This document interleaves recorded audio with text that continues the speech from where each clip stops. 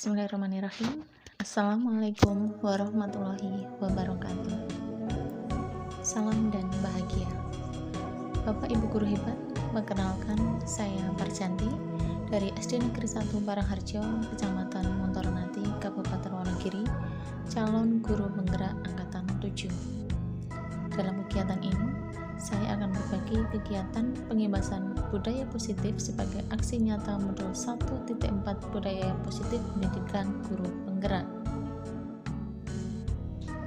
Aksi nyata budaya positif yang saya lakukan yang pertama, pembuatan kesepakatan kelas, yang kedua, penyusunan keyakinan kelas, dan yang ketiga, pengibasan budaya positif di SD Negeri 1 Barangharjo, Kecamatan Montoronati, Kabupaten Wonogiri. Latar belakang kegiatan ini adalah masuknya budaya asing tanpa filter, ditambah dengan kemajuan ilmu pengetahuan dan teknologi yang tanpa batas, mengakibatkan setiap orang dapat mengakses apapun yang diinginkan dengan mudah dan cepat. Hal ini memberi dampak yang positif dan negatif. Begitu juga dengan kondisi murid saat ini, pembelajaran online sebagai akibat dari adanya virus COVID-19 memberi dampak yang kurang baik, terutama pada pengembangan penerapan budaya positif murid, sehingga dibutuhkan kolaborasi dari semua elemen yang ada di sekolah untuk bersama-sama mengembalikan karakter murid, terutama yang berkaitan dengan budaya positif baik di kelas maupun di sekolah. Sebelum saya sampaikan tentang pengibasan budaya positif, terlebih dahulu saya sampaikan bahwa budaya positif adalah nilai-nilai, keyakinan-keyakinan, dan kebiasaan-kebiasaan di sekolah yang berpihak pada murid agar murid dapat berkembang menjadi pribadi yang kritis, penuh hormat, dan bertanggung jawab. Tujuan aksi nyata yang saya lakukan yang pertama adalah menumbuhkan budaya positif di kelas dan di sekolah dengan meyakini nilai-nilai kebajikan universal melalui penyusunan keyakinan kelas. Menumbuhkan kesadaran berdisiplin positif diri siswa dengan kesadaran dari dalam dirinya. Dan yang ketiga, mewujudkan merdeka belajar sehingga perubahan berasal dari dalam diri murid. Tolak ukur kegiatan ini yang pertama adalah terbentuknya keyakinan kelas dengan diawali penyusunan kesepakatan kelas oleh guru kelas dengan siswa. Dan yang kedua, siswa mampu menerapkan dan menjalankan keyakinan kelas yang telah dibuat dengan penuh kesadaran.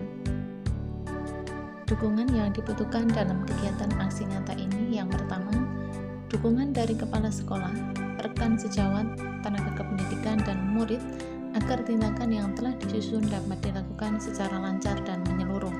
Yang kedua, sarana dan prasarana untuk menumbuhkan budaya positif di sekolah. Dan yang ketiga, orang tua atau wali murid dalam penerapan budaya positif di rumah. Lini masa tindakan yang saya lakukan yang pertama, berkoordinasi dengan kepala sekolah tentang pentingnya penanaman budaya positif di sekolah, serta meminta izin untuk melakukan pengibasan ke rekan sejawat. Yang kedua, membuat keyakinan kelas bersama semua warga kelas. Yang ketiga, melakukan kegiatan pengibasan kepada rekan sejawat.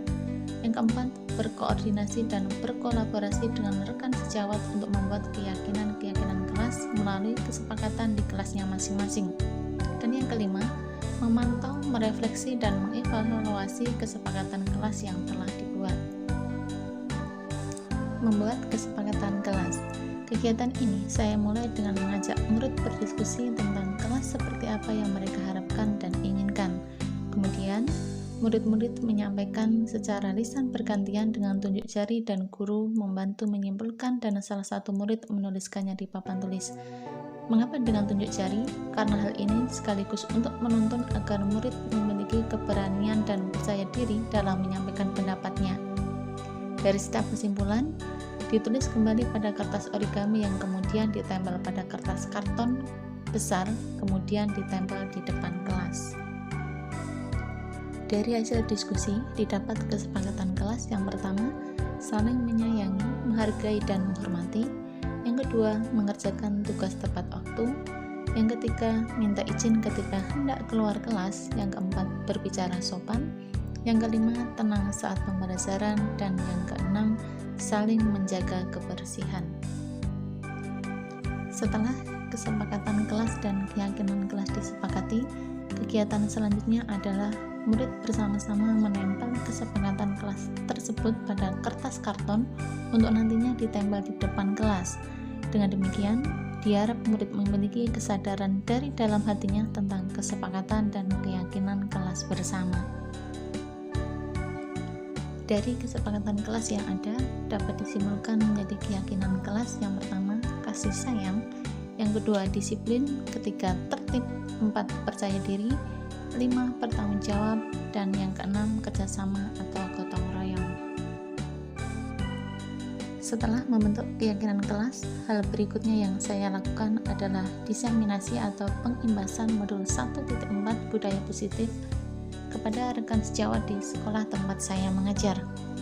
Kegiatan ini dihadiri oleh kepala sekolah, seluruh teman sejawat yang terdiri dari guru kelas dan guru mata pelajaran, dan tenaga kependidikan di SD Negeri 1 Parangharjo, Kecamatan Ngontoromati, Kabupaten Wonogiri. Berikut kegiatan pengimbasan yang saya lakukan.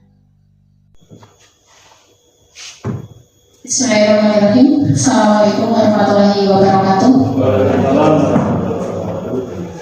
Yang terhormat Bapak Kepala SD Negeri 1 Parangharjo, yang kami hormati Bapak Ibu Guru beserta staf karyawan SD Negeri 1 Parangharjo.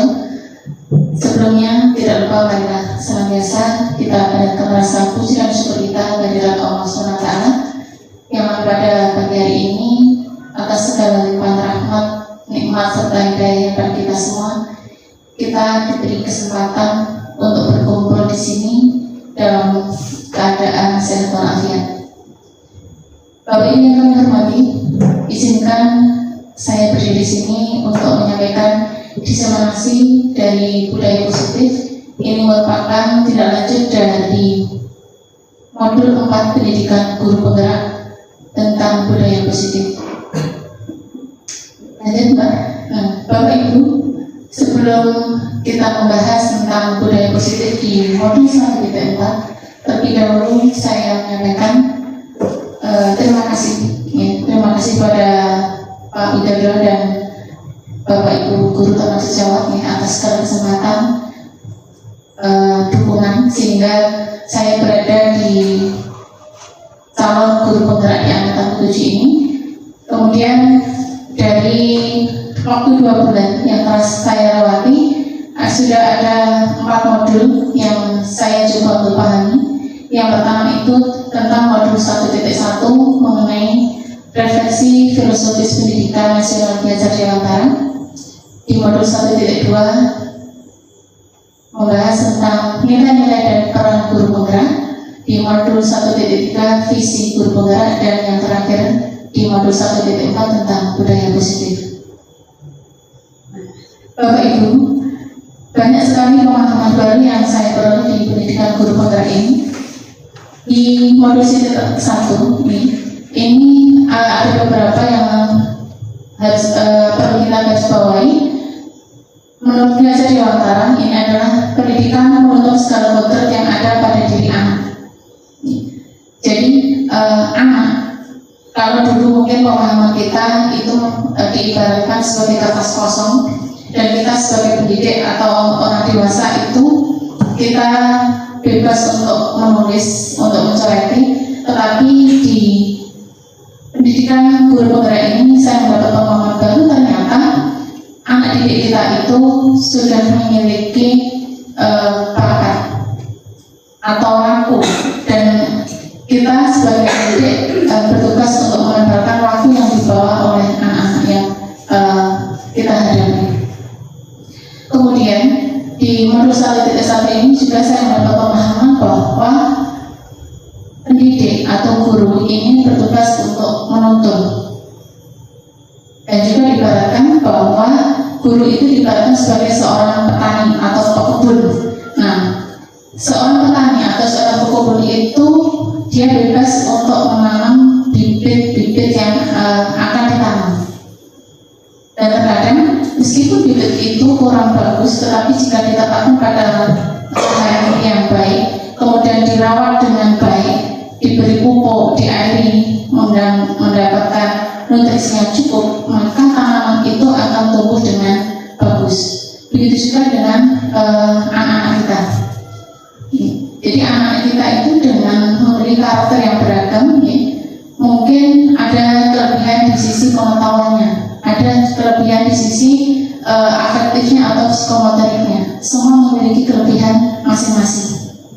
Dan itu tergantung dari kita, dari pendidik atau petani, tukang kebun tadi, untuk menjadikan anak-anak didik kita atau bibit-bibit kita itu nantinya bisa tumbuh dengan baik. Kemudian di modul 1.2 kami mempelajari tentang guru penggerak itu memiliki nilai-nilai dan peran dalam menumbuhkan sekolah maupun ekosistem pendidikan yang berpihak pada murid. Jadi kita memiliki peran dan nilai yang nantinya kita mampu menyajikan pembelajaran yang berpusat pada murid.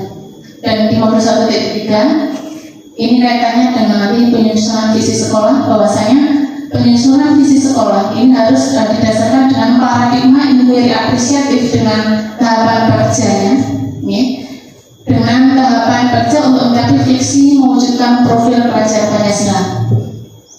Kerja itu merupakan kepanjangan, ya. Kemudian di modul 1.4 ini bukan hanya untuk guru penggerak saja, tetapi untuk pendidik dan tenaga pendidikan, bahwa pendidik dan tenaga pendidikan ini berperan menggerakkan dan memotivasi warga sekolah agar memiliki, meyakini dan menerapkan visi atau nilai kebajikan yang disepakati sehingga tercipta budaya positif. Lanjut Mbak. Nah, bagaimana peran pendidik dan tenaga pendidikan dalam menciptakan budaya positif di sekolah dan keterkaitannya dengan materi sebelumnya? Ya, peran pendidik dan tenaga pendidikan dalam mewujudkan budaya positif. Nanti akan saya sampaikan apa itu budaya positif dan apa kaitannya. Namun ini saya menyampaikan refleksi dulu dari modul sebelumnya. Yang pertama, tenaga pendidik atau guru ini sebagai pemimpin pembelajaran dalam mewujudkan budaya positif di kelas. Ini berlaku untuk semua guru, baik itu guru kelas maupun guru mapel olahraga kita, ada guru mapel olahraga dan pendidikan agama. Kemudian peran yang kedua, seorang pendidik atau seorang guru menjadi pemerakarsa perumusan visi sekolah yang berpihak pada murid dan berorientasi mewujudkan budaya positif. Jadi menjadi pemerakarsa perumusan visi ini, Bapak Ibu guru, terutama untuk guru kelas ini bisa merumuskan visi kelas masing-masing. Jadi masing-masing kelas itu mungkin memiliki visi yang berbeda-beda sebelum nanti terwadai menjadi visi sekolah. Kemudian yang ketiga, memastikan visi dan program yang disusun telah jelas dan terukur melalui paradigma inquiry apresiatif. Nanti apa itu inquiry apresiatif nih? Ini bisa kita bahas lain waktu. Yang pasti dalam perumusan visi ini nanti ada tahapan-tahapan yang kita sebut dengan bagian tadi. Kemudian yang keempat, menjadi motor pelaksanaan program-program sekolah dalam mewujudkan budaya positif sesuai visi yang telah ditetapkan. Nah, baik Bapak Ibu, kita akan lanjut di diseminasi di modul 4 tentang budaya positif. Namun saya ingin membuat kesepakatan dulu ya dengan Bapak Ibu semua, bahwasanya untuk kegiatan pagi ini kita dirasakan Bapak Ibu. Jadi misalkan Bapak Ibu nanti selama saya menyampaikan atau memaparkan ada yang ingin ditanyakan, monggo untuk Bapak Ibu bertanya. Kemudian bila Bapak Ibu ingin ke toilet atau beberapa keluar ya, juga dipersilakan. Itu Bapak Ibu ya. Kemudian Bapak Ibu, di kegiatan diseminasi ini pokok bahasa yang akan kita bahas ada 5. Yang pertama tentang disiplin positif dan kebajikan universal. Yang kedua, teori motivasi, hukuman dan penghargaan serta restitusi. Yang ketiga, keyakinan kelas. Yang keempat, kebutuhan dasar manusia, dan segitiga restitusi. kita masuk ke pembahasan yang pertama tentang disiplin positif dan kebajikan universal.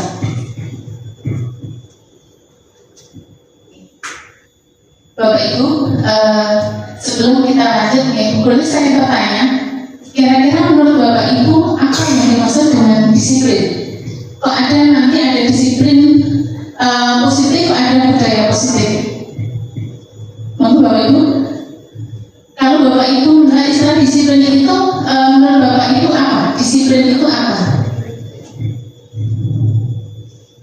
Yang langsung terbayang kepada Bapak Ibu ketika bahwa kita kan sering sekali menyampaikan kita harus disiplin sama anak-anak. Disiplin itu apa Bapak Ibu?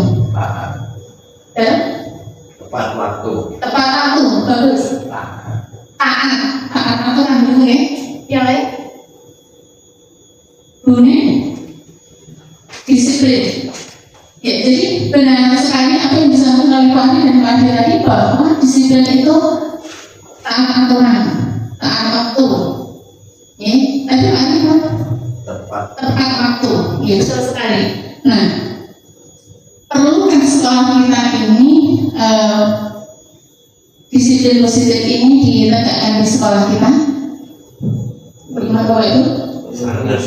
Sangat perlu. Baik, kita bahas. Nah, sebelum kita ke disiplin positif, nah kita pahami dulu bersama nih untuk menyamakan persepsi tentang apa kalau budaya positif itu. Nah, budaya positif itu adalah nilai-nilai, keyakinan, dan kebiasaan-kebiasaan di sekolah yang berpihak pada murid agar murid dapat berkembang menjadi pribadi yang kritis, penuh hormat, dan bertanggung jawab. Jadi nanti ada sedikit perbedaan tentang apa itu disiplin positif dan budaya positif. Ya, lanjut.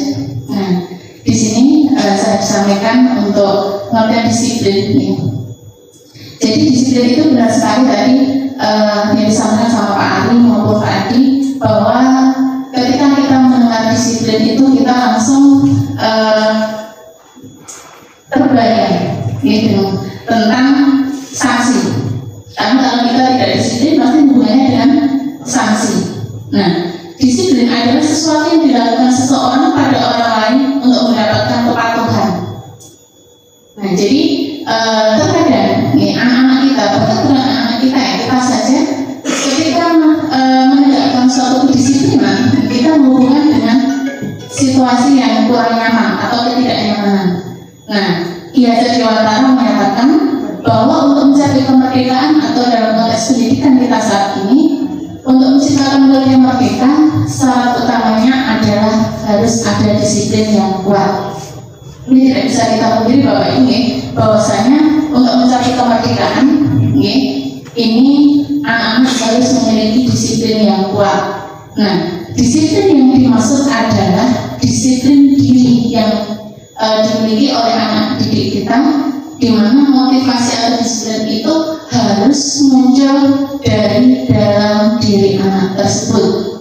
Artinya, ketika anak-anak menegakkan suatu disiplin positif, anak-anak itu tidak merasa terpaksa.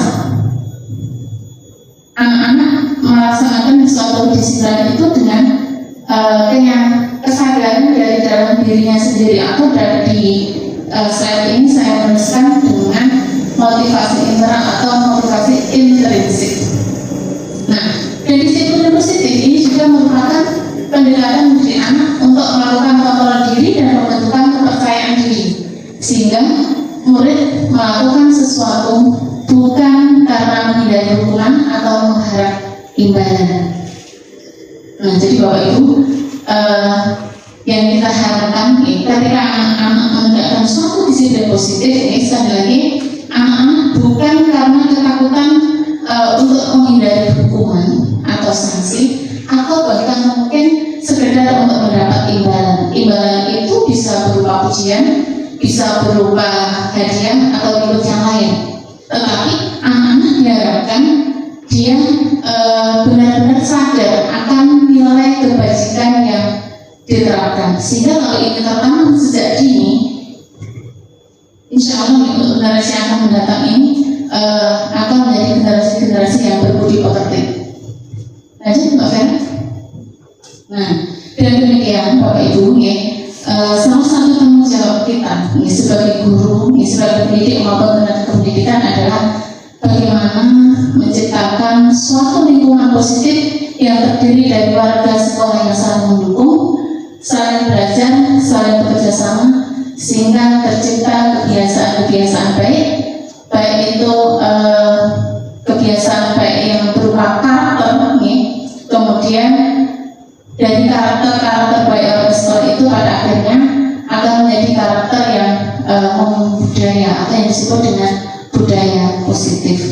Nah, sekarang Bapak Ibu, mari kita refleksi, kita ingat bagaimana kondisi sekolah kita. Nih, lanjut Pak, bagaimana hubungan kita dengan anak kita ketika kita berhadapan dengan anak didik, bagaimana hubungan kita dengan rekan sejawat. Sudahkah budaya positif ini benar-benar sudah membudaya di sekolah kita? Nah, baik Bapak Ibu, sebelum saya lanjutkan, saya ingin sedikit explain dulu biar kita tidak tegang. Jadi explainnya untuk kegiatan hari ini,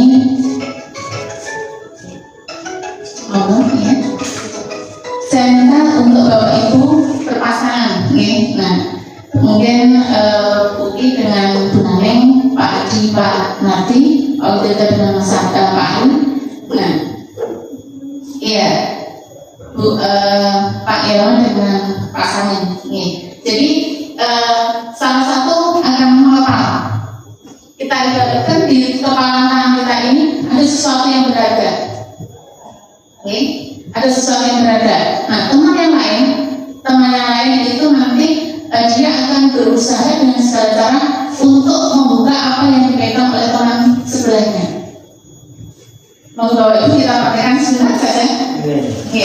Jadi misalkan di Pak Widodo ibaratnya di kepala Pak Widodo itu punya sesuatu yang berada, dan temannya itu membujuk bagaimana caranya untuk membuka, untuk mengambil apa yang ada di dalam kepala tangan itu.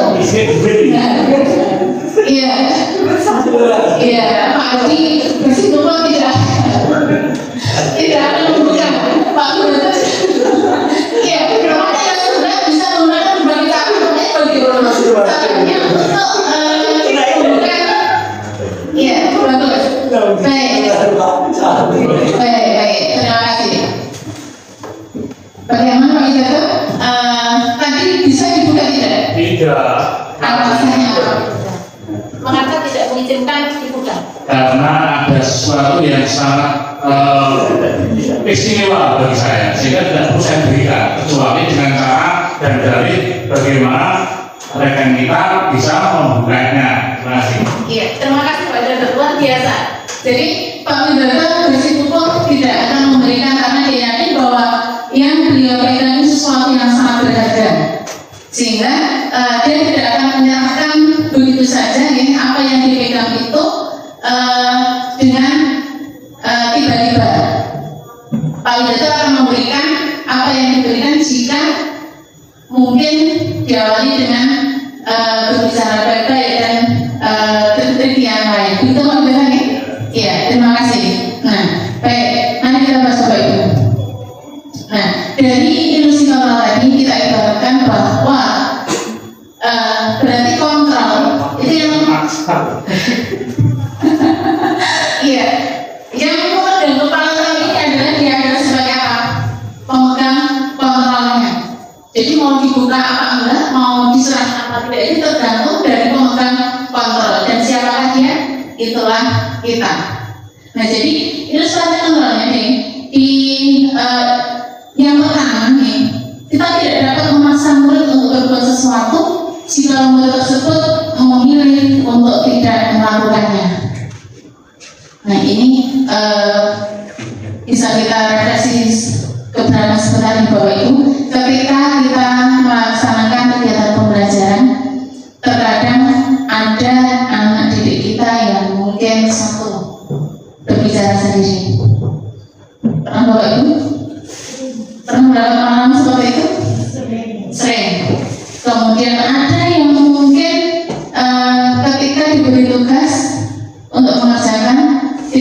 kerjakan. Nah, terkadang kita langsung memberikan yang namanya hukuman karena kita merasa bahwa kita memegang kontrol tadi. Padahal di usaha yang pertama tadi kita itu tidak dapat memaksa murid, Bapak Ibu, ternyata ketika anak didik kita ini memilih untuk tidak melakukannya.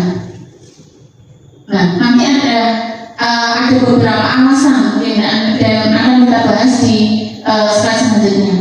Kemudian industri yang kedua adalah penguasaan positif atau bisikan adalah bentuk-bentuk kontrol. Tadi ketika Bapak Ibu memegang kepala tangan, kemudian rekan di sebelahnya berusaha dengan suka tenaga untuk meminta dibuka atau untuk merebutnya.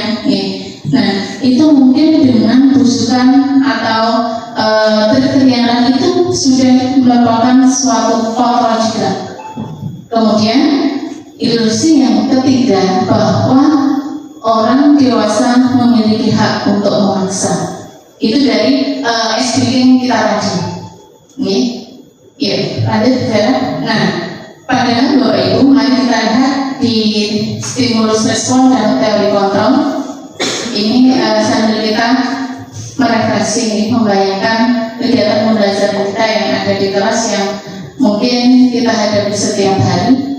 Di stimulus respon kita itu beranggapan bahwa kebutuhan kita itu sama, kebutuhan anak didik itu sama. Padahal kenyataannya di teori kontrol, kebutuhan kita, kebutuhan anak didik kita itu berbeda. Tidak semua anak itu bisa kita lakukan sama. Tidak bisa semua anak didik kita itu bisa kita lakukan dengan sama. Misalnya anak satu yang sudah menguasai pelajaran matematika dan anak yang lain itu tidak bisa kita samaratakan, dan ini harus benar-benar kita sadari sebagai pendidik. Tidak mudah memang Bapak Ibu, tetapi inilah yang harus kita lakukan perubahan. Kemudian di stimulus respon yang kedua, semua orang melihat hal yang sama, tetapi di teori kontrolnya setiap orang memiliki gambaran berbeda. Begitu juga dengan anak-anak kita. Anak-anak kita yang ada di kelas itu tidak bisa kita paksa bahwasanya mungkin bagi anak yang satu mempelajari matematika itu suatu kesenangan, sesuatu yang menyenangkan, tetapi bagi anak yang lain itu bisa menjadi sesuatu yang menakutkan karena dia tidak memiliki gambaran yang sama antara anak satu dengan anak yang lain. Nah, kemudian di selanjutnya perilaku buruk itu dilihat sebagai suatu kesalahan, padahal di teori kontrol semua perilaku pasti. Ya, baik Bapak Ibu, saya lanjutkan. Jadi kita masuk di nilai-nilai kebajikan universal, masih di pembelajaran yang pertama. Nah, apa itu nilai-nilai kebajikan universal yang kita akan kita tanamkan kepada anak didik kita? Nah, ini terangkum dalam profil pelajar Pancasila. Nah, ini PR kita bersama ya Bapak Ibu, bagaimana kita nantinya akan menuntun anak-anak kita yang pertama memiliki sikap atau memiliki profil beriman, bertakwa kepada Tuhan Yang Maha Esa dan berakhlak mulia. Kemudian yang kedua mandiri, yang ketiga bernalar kritis, yang keempat berkebinekaan global, yang kelima bergotong royong, yang keenam kreatif. Ya. Nah, jadi Bapak Ibu, untuk pembahasan pertama mengenai tadi ya tentang disiplin positif sudah kita lalui. Apakah ada yang ingin ditanyakan atau disampaikan dari Bapak Ibu? Oke, cukup jelas ini. Terima kasih. Jika tidak ada yang ingin disampaikan oleh Bapak Ibu, kita lanjut ke teori motivasi, hukuman dan penghargaan serta restitusi. Ini di pembahasan kedua di diseminasi budaya positif ini. Nah, Bapak Ibu, di awal tadi sudah saya sampaikan bahwa setiap perilaku itu memiliki tujuan, memiliki motivasi, dan setiap orang itu perilaku seseorang, perilaku manusia itu memiliki tiga motivasi ini. Yang pertama, untuk menghindari ketidaknyamanan atau hubungan.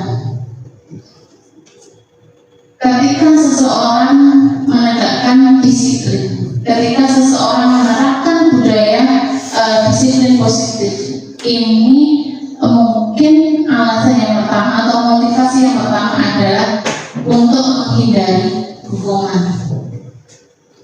Itu tidak hanya anak saja, Bapak Ibu, kita pun seperti itu. Ya. Yang kedua, untuk mendapatkan imbalan atau penghargaan dari orang lain. Itu motivasi yang kedua. Ini bisa juga untuk anak-anak didik kita ketika di kelas. Ketika anak didik kita ini mungkin berperilaku yang tidak semestinya, ya. Ini dia memiliki motivasi, mungkin dia ingin mendapatkan imbalan atau penghargaan dari orang lain.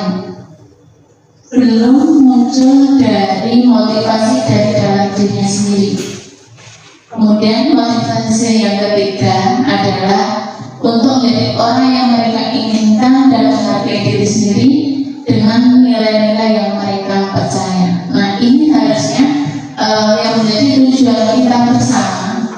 Ini baik itu sebagai pendidikan dan juga yang akan nantinya kita tanamkan kepada anak kita, bahwa ketika menegakkan suatu kedisiplinan ini didasari dengan keyakinan bahwa kita ingin menghargai diri kita sendiri. Kita ingin memiliki sikap-sikap atau nilai kebajikan yang nantinya akan kita bawa kelak sampai anak kita itu dewasa. Ya, lanjut. Nah, sekarang kita di sini Bapak Ibu di konsep disiplin. Nah, menggunakan disiplin itu nanti ada dua Bapak Ibu, disiplin yang gagal dan disiplin yang berhasil. Nah, disiplin yang gagal itu kedisiplinan yang bagaimana? Kedisiplinan yang gagal itu adalah kedisiplinan yang kita tegakkan dengan bila mana kita menggunakan yang pertama hukuman. Sampai sini mari kita lakukan dulu Bapak Ibu supaya kita merefleksi. Kita sedang dalam pembelajaran, ya. Ketika anak didik kita menyesal tidak mengerjakan PR,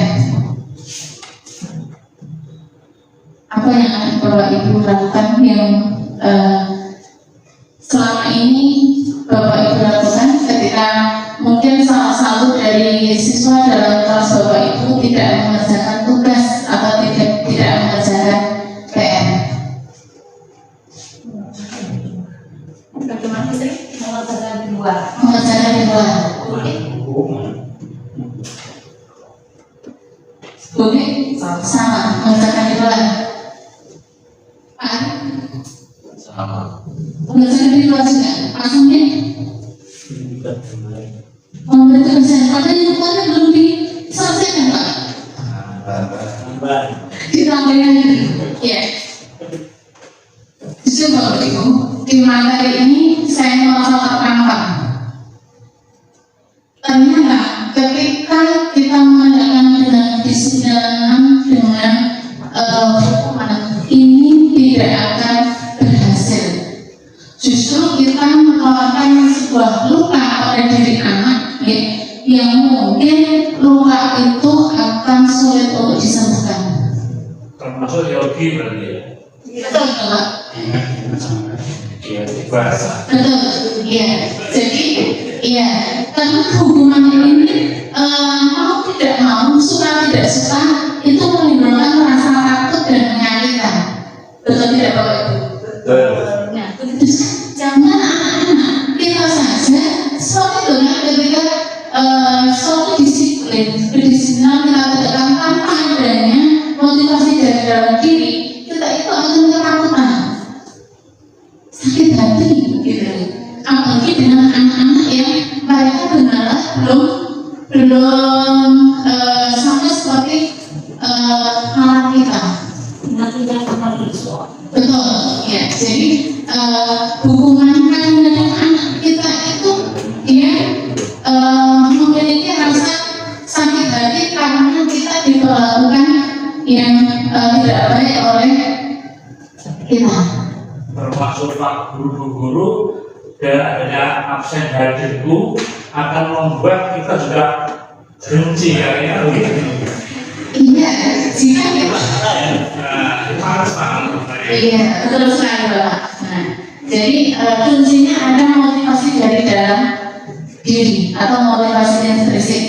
Kemudian yang kedua, kedisiplinan ini tidak akan berhasil jika kita menggunakan penghargaan.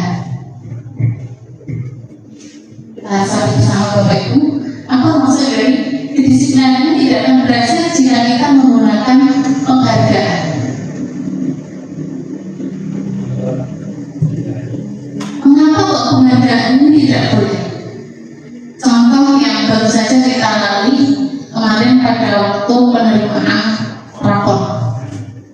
Bapak Ibu guru atau kita semua itu sering memberikan penghargaan kepada anak didik kita berupa apa Bapak Ibu?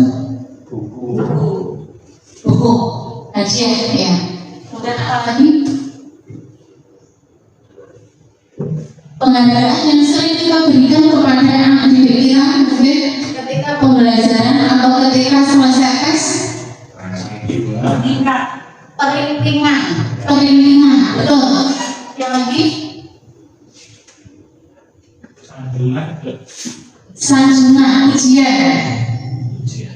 ujian. Jadi kita ini masih terbiasa memberikan penghargaan kepada anak didik kita yang dalam tanda kutip memiliki nilai lebih ketika dalam kegiatan sehari-hari. Pada Bapak Ibu, di sini dituliskan bahwa penghargaan itu bisa menjadi penghubung. Kita bayangkan Bapak Ibu, kita bayangkan jika ya, misalkan kemarin kita memberikan predikat atau keringinan kepada anak didik kita. Sedangkan keringinan itu merupakan nilai objektif yang kita berikan. Belum tentu bagus. Kemudian jika kita memberikan keringinan kepada anak didik kita, misalkan kebetulan anak didik kita itu dari tahun ke tahun selalu memiliki peringkat pertama misalnya. Apakah Bapak Ibu yakin bahwa dengan keinginan predikat N1 yang Bapak Ibu berikan kepada anak didik kita dari tahun ke tahun itu akan memotivasi anak untuk terus belajar, khusus untuk yang N1? Belum tentu, betul sekali, belum tentu. Bahkan bisa jadi anak yang sering mendapat penghargaan, sering mendapat predikat N1 itu nantinya akan memiliki sifat-sifat tinggi hati, sombong, meremehkan. Betul tidak Bapak Ibu? Betul. Jadi itu yang maksud penghargaan menjadi penghubung.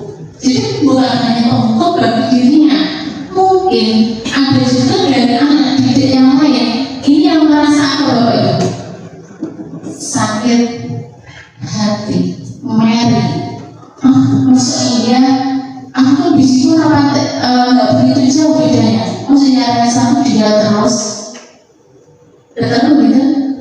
Ya, jadi kemudian mungkin juga dengan penghargaan, dengan hadiah, dengan imbalan yang kita berikan, ini menyebabkan anak-anak yang lain menjadi minder, menjadi putus asa.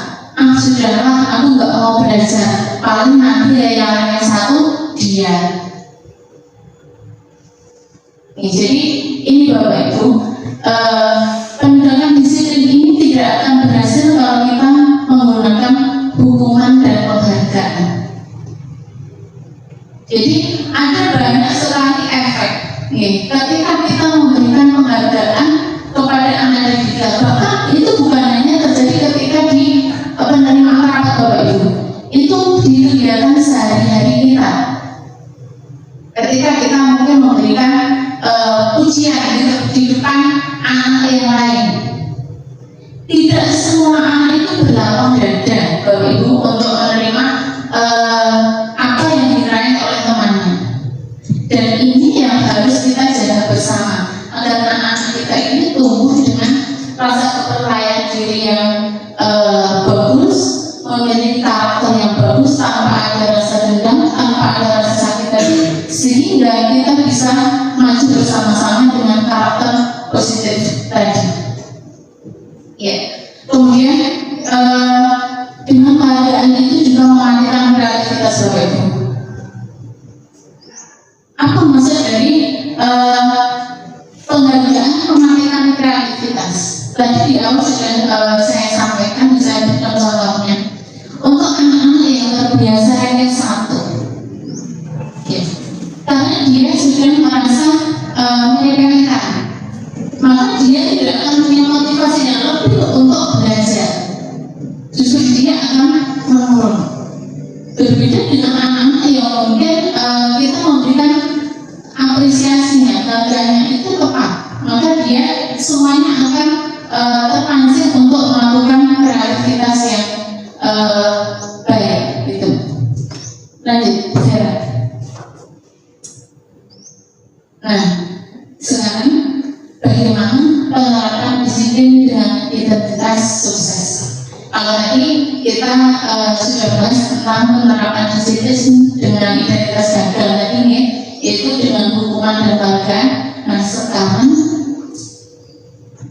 disiplin yang sukses itu yang penerapannya bagaimana? Jawabannya adalah dengan menggunakan apa Bapak Ibu? Konsekuensi. Sekarang coba saya ingin bertanya sama Bapak Ibu, apa beda hukuman dengan konsekuensi? Sama atau berbeda Bapak Ibu? Berbeda. Berbedanya di mana Bu Vera? Kalau hukuman itu biasanya sudah tidak terencana. Kalau konsekuensi biasanya sudah ada kesepakatan sebelumnya. Bagus, ya. Baik. Permasalahan Bu Vera. Jadi ternyata kita sering salahnya dalam memaknai tentang hukuman dan konsekuensi. Jadi kalau hukuman itu biasanya tiba-tiba dan kamu langsung mengerjakan di kelas, kan itu tiba-tiba, tidak terencana. Misalkan juga tidak memakai dasi. Kalau kamu nggak pakai dasi, kamu upacara di barisan sendiri. Ini jika dilakukan secara tiba-tiba, tidak terencana, ini namanya hukuman. Tetapi konsekuensi ini adalah dilakukan sudah terencana sebelumnya, sudah ada kesepakatan antara guru dengan murid di kelas, antara sekolah dengan seluruh warga sekolah. Misalnya nanti kalau tidak mengerjakan PR, konsekuensinya apa? Nah, misalkan anak sepakat mengerjakan di luar, itu akan berbeda Bapak Ibu. Akan berbeda dirasa anak jika itu sudah disepakati sebelumnya dengan ketika guru tiba-tiba memberikan sanksi. Bisa dipahami oleh saya sampaikan Bapak Ibu? Jadi hukuman dan konsekuensi ini berbeda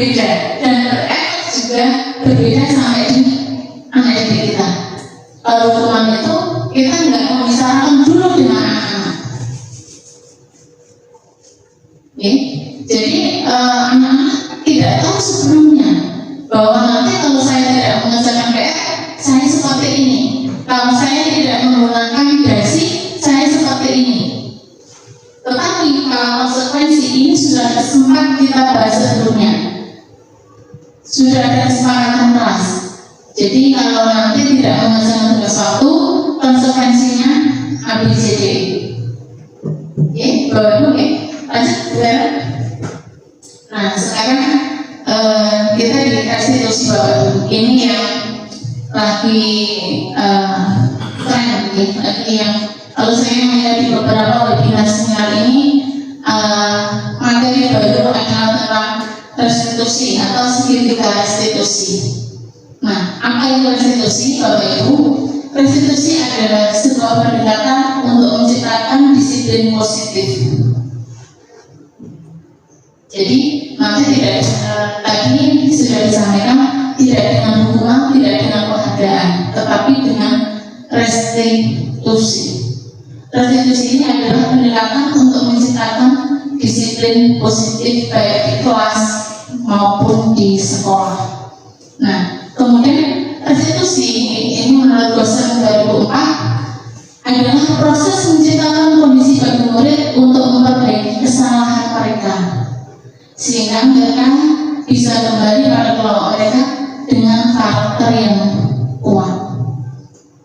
Kemudian restitusi juga proses kolaboratif yang mengajarkan murid untuk mencari solusi untuk masalah mereka, membantu murid berpikir tentang akan menjadi orang seperti apa mereka nantinya, dan kemudian bagaimana mereka seharusnya memperlakukan orang lain yang ada di sekitarnya. Ya, nah sebelum kita lanjut ke ciri-ciri restitusi, ada yang Bapak Ibu sampaikan dulu? Tidak ada. Baik, tidak ada, kita bisa lanjut. Kita masuk ke ciri-ciri restitusi. Jadi Bapak Ibu, restitusi ini yang pertama, dia bukan untuk menebus kesalahan, namun untuk belajar dari kesalahan.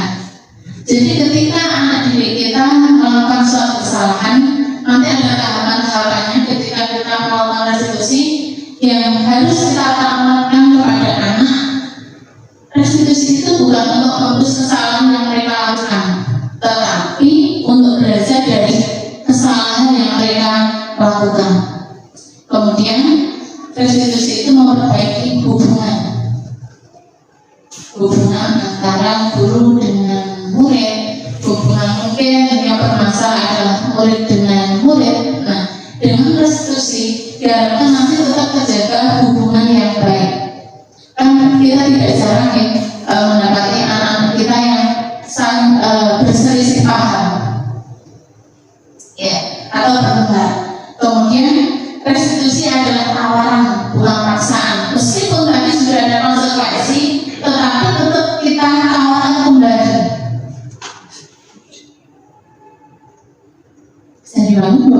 Jadi tadi dengan konsekuensi tadi memang sudah ada konsekuensi yang nantinya tertulis dalam keyakinan kelas yang sudah kita buat. Tetapi dalam pelaksanaannya kita tetap menggunakan tawaran. Kita tawaran kepada anak, karena kamu sudah misalnya begini, karena kamu sudah tidak mengerjakan PR atau kamu sudah melakukan kesalahan, konsekuensi apa yang ingin kamu lakukan, begitu Bapak Ibu. Jadi kita tawarkan kepada anak. Kalaupun nanti anak-anak memiliki tawaran yang lain, solusi yang lain, itu kita persilakan selama itu masih di koridor yang positif. Kemudian restitusi itu menuntut untuk melihat ke dalam diri.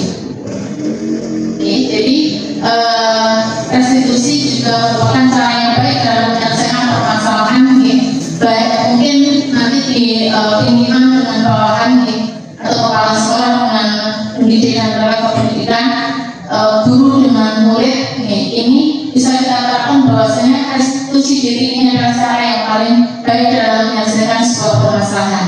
Dan yang pasti restitusi itu juga menguatkan. Ya, lanjut sekarang. Nah, kita masuk di pembahasan selanjutnya Bapak Ibu tentang keyakinan kelas. Nah, tadi kita sering menghadapi permasalahan yang hampir sama dalam penerapannya di kehidupan sehari-hari di pembelajaran kita.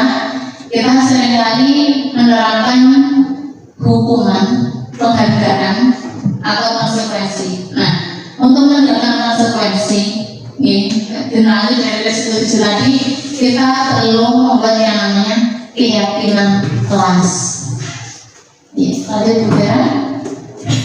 Nah, ini Bapak Ibu di proses penyusunan keyakinan kelas yang sudah kami coba terapkan di kelas 4 karena saya mengaku di kelas 4. Jadi penyusunan keyakinan kelas yang pertama kami menawarkan kepada anak-anak Bapak Ibu. Kami bagi anak-anak menjadi beberapa kelompok. Kira-kira keyakinan kelas yang nantinya disepakati apa saja? Apa keyakinan kelas yang anak-anak inginkan untuk nantinya menjadi keyakinan kelas bersama? Nah, kemudian setelah anak-anak berdiskusi, akhirnya dapat ditemukan dan anak-anak juga menempel keyakinan kelas, sehingga dengan keyakinan kelas ini saya pribadi mengharapkan anak-anak paham dengan diri sendiri. Oh, ini saya yang membuat, maka saya juga harus yang mentaati, begitu. Ya, itu di keyakinan kelas 4 ya. Jadi dari beberapa hasil diskusi tadi dapat ditemukan, dapat disimpulkan bahwa kelas 4 memiliki keyakinan harus saling menghormati dan menghargai. Kemudian mengerjakan tugas tepat waktu, bergotong royong, peduli, berbicara dengan sopan, dan memohon izin jika akan keluar kelas. Ini keyakinan kelas 4. Lanjut ke. Nah, Bapak Ibu, sebelum kita masuk ke kebutuhan dasar manusia, di keyakinan kelas ini nanti ini baru untuk kita terapkan dalam rangka kita bersama-sama untuk memperbaiki karakter anak didik untuk menerapkan disiplin positif yang ada di kelas maupun di sekolah kita. Nah, kemudian kita masuk di kebutuhan dasar manusia. Ada Bu Vera? Ya, kebutuhan dasar manusia yang pertama adalah bertahan hidup. Jadi di awal tadi saya sudah menyampaikan bahwa setiap perilaku anak itu memiliki alasan, memiliki tujuan. Nah, dan ketika anak-anak melakukan kesalahan, kadang anak ada yang usil dengan temannya. Anak itu ketika usil temannya, ada yang merasa senang, dan ketika ditanya ada yang menjawab, saya senang kok Bu kalau si anak menangis. Berarti dia kebutuhan dasarnya ingin semangat. Senang kalau temannya menangis. Senang kalau temannya itu bagaimana ya, merengek. Berarti dia kebutuhan semangatnya belum terpenuhi. Kemudian ada juga yang anak menginginkan kebebasan. Nah, ini tadi ketika di pembelajaran mungkin ada anak didik kita yang tidak mengerjakan tugas atau tidak menyenangkan karena mungkin dia ingin apa? Ingin kebebasan. Kemudian ada juga yang ingin kasih sayang dan rasa diterima. Ini biasanya anak-anak yang sering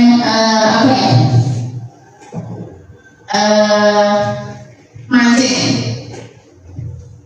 karena dia mungkin membutuhkan kasih sayang dan rasa diterimanya di rumah, di keluarga itu belum terpenuhi. Dan kemudian ada juga anak-anak yang dia suka berkelahi dengan teman-temannya karena dia senang kalau dia menang. Berarti dia ingin sekali mendapat kebutuhan dasar berupa penguasaannya terpenuhi.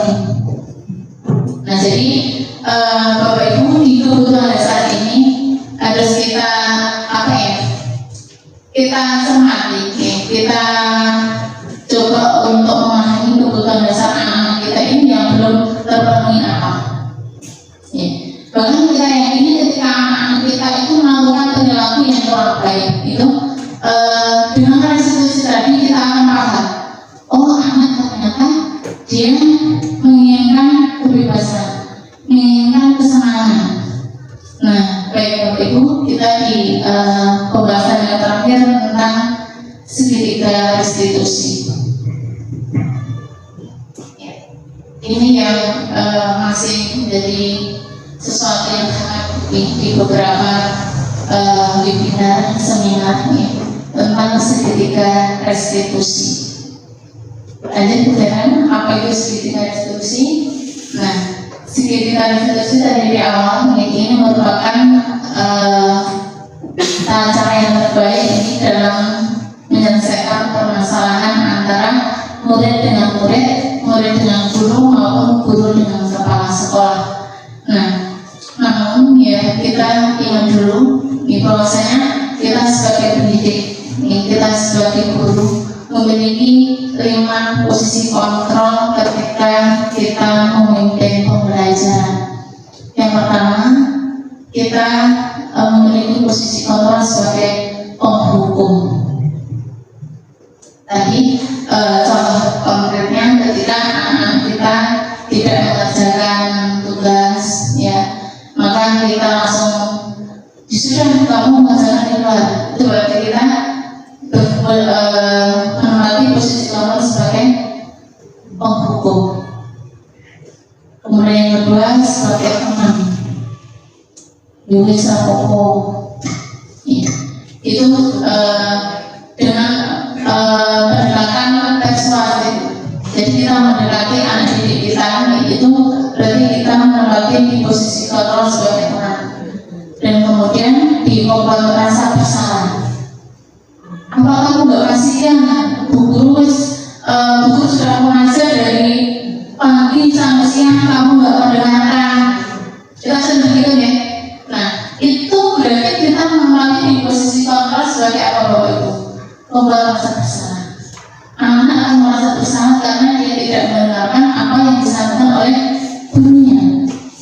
Kemudian di tempat guru menempati posisi kontrol sebagai pemantau. Jadi ketika anak didik kita melakukan kesalahan, anak kita langsung kita terapkan konsekuensi atau sanksi berupa aturan yang telah disepakati.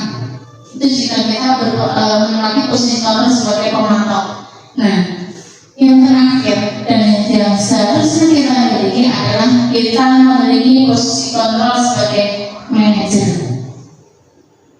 Dengan di posisi kontrol sebagai manajer, nanti kita akan menerapkan tahapan restitusi dalam menghadapi permasalahan. Lanjut itu ya. Nah, ini yang menempati posisi kontrol sebagai manajer, dia akan menerapkan tahapan segitiga restitusi. Lanjut ya, yang gambar tadi. Ya, ini yang pertama. Ketika ini Bapak Ibu, ketika anak didik kita melakukan kesalahan, ya, ini yang pertama kita lakukan adalah kita harus menstabilkan identitas dulu. Jadi kita tidak anak didik katakan ada anak didik kita namanya Naila misalnya, Naila tidak mengerjakan PR, kita ditanya mengapa tidak mengerjakan PR? Kan nanti anak itu akan bercerita dia tidak mengerjakan PR itu karena ini gitu. Kemudian setelah menstabilkan identitas, kita lakukan validasi tindakan yang salah. Kita sampaikan, misalkan ya di Naila tidak mengerjakan PR karena keasikan main game atau keasikan menonton film kartun yang ada di televisi. Maka kita validasi tindakannya itu bahwasanya iya main game itu menyenangkan atau menonton film kartun itu menyenangkan, tetapi ya kamu sudah memiliki keyakinan kelas, sudahkah sesuai dengan keyakinan kelas yang disepakati? Kita tanyakan kembali. Sehingga kalau kita sudah pernah membuat keyakinan kelas bersama guru-guru kita, anak akan tahu sadar, oh iya, ternyata saya belum menerapkan keyakinan kelas yang sudah disepakati, yaitu mengerjakan tugas tepat waktu. Kalau di yang sudah saya buatkan,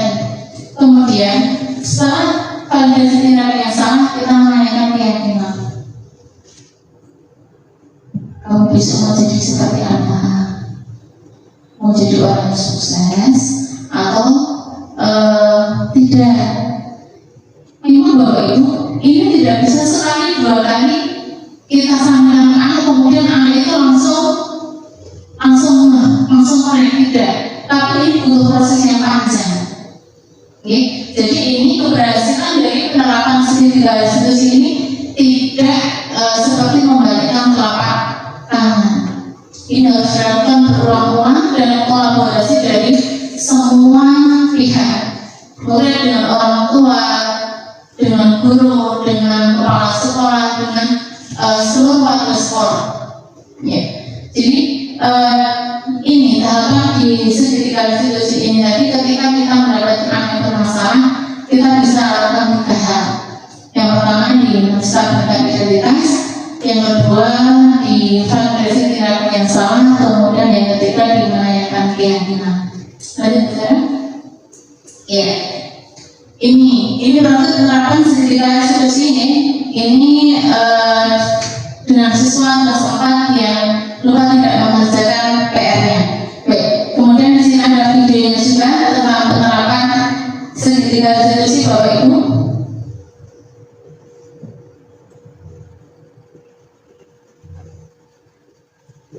Sebentar nih.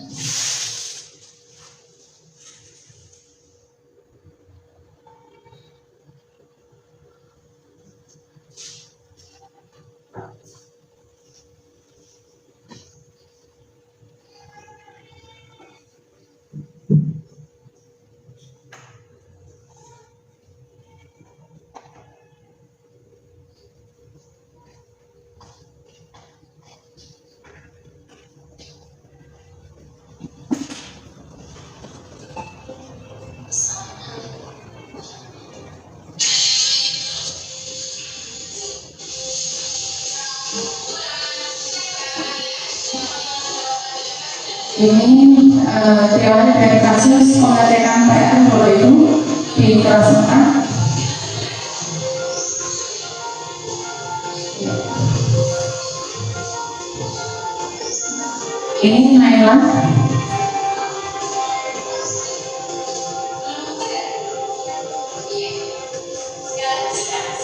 Dia mengatakan tidak mengerjakan PR.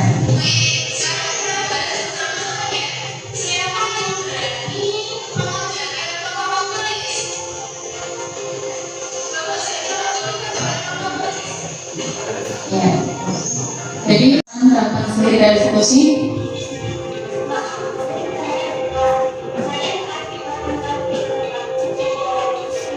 Dia lupa karena dia kasihkan nomor film kartu Bapak Ibu. Nah,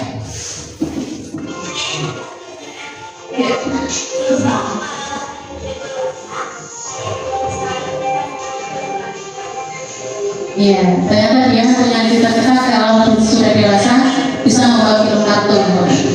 Jadi dia punya alasan.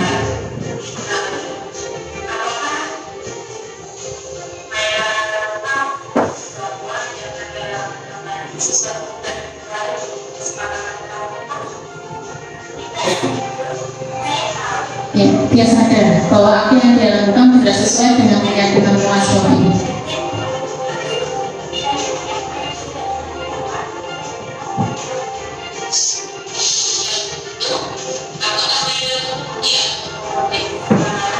Kita menawarkan, karena dia sudah melakukan pelanggaran atau kesalahan, kita tawarkan untuk menggantikan kesalahan itu apa yang ingin dia lakukan.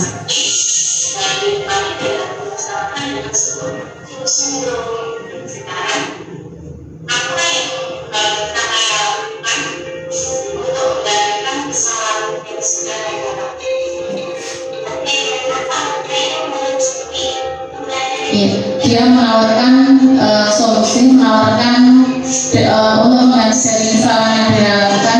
Dia mengajari temannya karena dia tahu temannya itu belum memahami suatu pelajaran yang baru saja dibahas.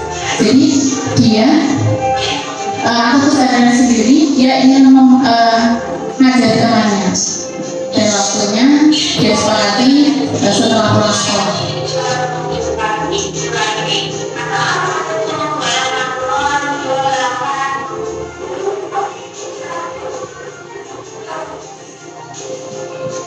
ini ternyata dia bertanggung jawab ketika pulang sekolah dia mengajari temannya untuk mempelajari materi yang dibahas tadi.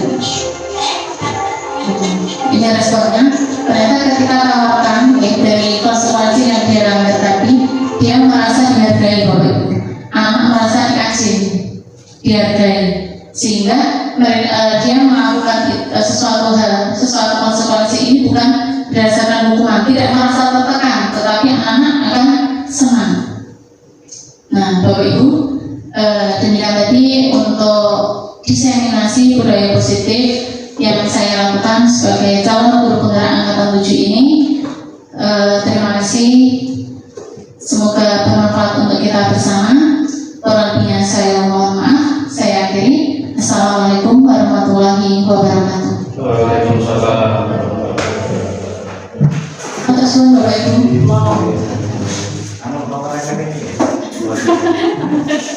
Tidak mau orang-orang baik.